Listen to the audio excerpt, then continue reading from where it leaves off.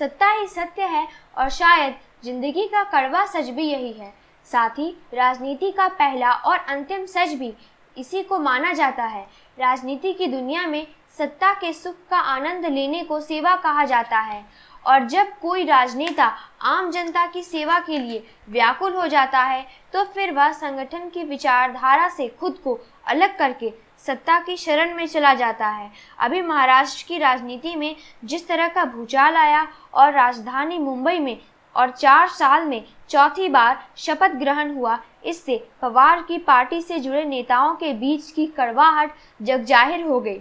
बात 1978 की है, जब शरद पवार ने कांग्रेस का दामन छोड़कर मुख्यमंत्री पद की शपथ ली थी और आज वही इतिहास उनके अपने अजीत पवार ने उनके सामने दोबारा लिखा। शरद पवार ने राजनीतिक जीवन का पहिया पूरा घुमाते हुए अजीत पवार ने अपने 8 विधायकों के साथ पार्टी से अपने आप को अलग कर लिया और उप मुख्यमंत्री के पद को संभाला। शरद पवार ने कभी सोचा भी नहीं होगा कि 25 साल पुरानी पार्टी इस तरह से टूट जाएगी। 4 साल पहले महाराष्ट्र में हुए विधानसभा चुनाव के बाद जब मुख्यमंत्री पद को लेकर भाजपा और शिवसेना की दोस्ती टूट गई थी, तब मुंबई के जागने से पहले ही राज्यपाल के द्वारा नई सरकार को शपथ दिला दी गई, जिसमें देवेंद्र फडणवीस मुख्यमंत्री बने और अजीत पवार को उप मुख्यमंत्री का पद मिला। लेकिन यह सरकार 80 घंटे भी नहीं चली और मुख्यमंत्री देवेंद्र फडणवीस को इस्तीफा देना पड़ा, जिससे अजीत पवार की भी कुर्सी चली गई। इसके बाद कांग्रेस ने शिवसेना और शरद पवार की पार्टी की एनसीपी के साथ मिलकर सरकार बना ली और इसमें अजीत पवार को फिर से उप मुख्यमंत्री बनाया गया। फिर जून 2022 में महाराष्ट्र में राजनीतिक हलचल तेज हुई और शिवसेना 2 भाग में बंट गई और एकनाथ शिंदे ने अन्य विधायकों के साथ उद्धव ठाकरे से दूरी बना ली और भाजपा के सहयोग से खुद मुख्यमंत्री बन गए। माना जाता है कि अजीत पवार तब से ही बेचैन थे और उन्हें ऐसा महसूस हो रहा था कि पार्टी में लगातार उनकी अहमियत कम होती जा रही है। अब से कुछ दिन पहले ही महाराष्ट्र में सबसे बड़े नेता माने जाने वाले शरद पवार ने एक घोषणा की थी, जिसमें उन्होंने कहा था कि मैं अपनी पार्टी का अध्यक्ष पद छोड़ने जा रहा हूं।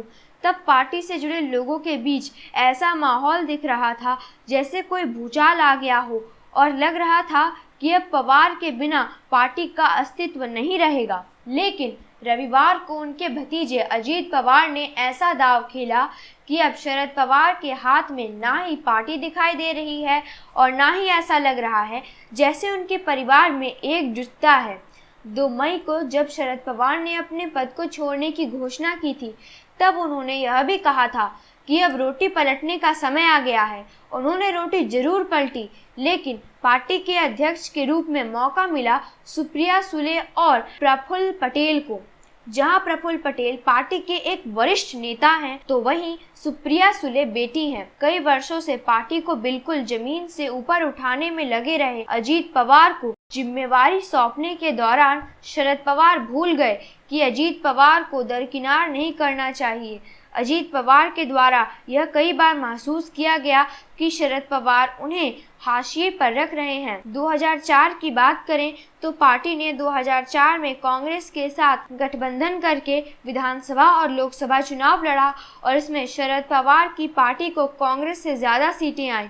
तब शरद पवार ने दिल्ली की राजनीति को चुना और महाराष्ट्र में मुख्यमंत्री का पद कांग्रेस की झोली में डाल दिया, जबकि कांग्रेस को कम सीटें आई थी। इस समय भी अजीत पवार को काफी उम्मीद थी कि अगर शरद पवार दिल्ली जाएंगे तो मुख्यमंत्री का पद हमें जरूर देंगे, लेकिन अजीत पवार के साथ ऐसा नहीं हुआ। अजीत पवार 5 बार उप मुख्यमंत्री बन चुके हैं, लेकिन उनका मुख्यमंत्री बनने का सपना अभी तक अधूरा है।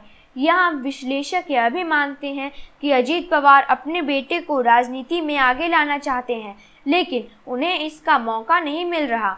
जबकि शरद पवार के दूसरे भाई के पोते न सिर्फ विधायक हैं, बल्कि उन्हें शरद पवार का आशीर्वाद भी मिलता दिखाई देता है। अजीत पवार के द्वारा महाराष्ट्र की राजनीति में जो हलचल आई है, उसमें यही सब घटनाक्रम को असली वजह माना जा रहा है। हालांकि इतना सब कुछ होने के बाद भी शरद पवार कह रहे हैं कि उनके परिवार की एकता पर इस भूचाल का कोई भी असर नहीं पड़ने वाला।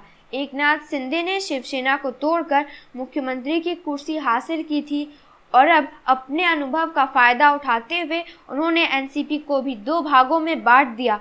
अजीत पवार के साथ 8 विधायकों ने मंत्री पद की शपथ ली है, जिसमें छगन भुजबल भी शामिल हैं और शरद पवार के करीबी रहे प्रफुल्ल पटेल भी शामिल थे।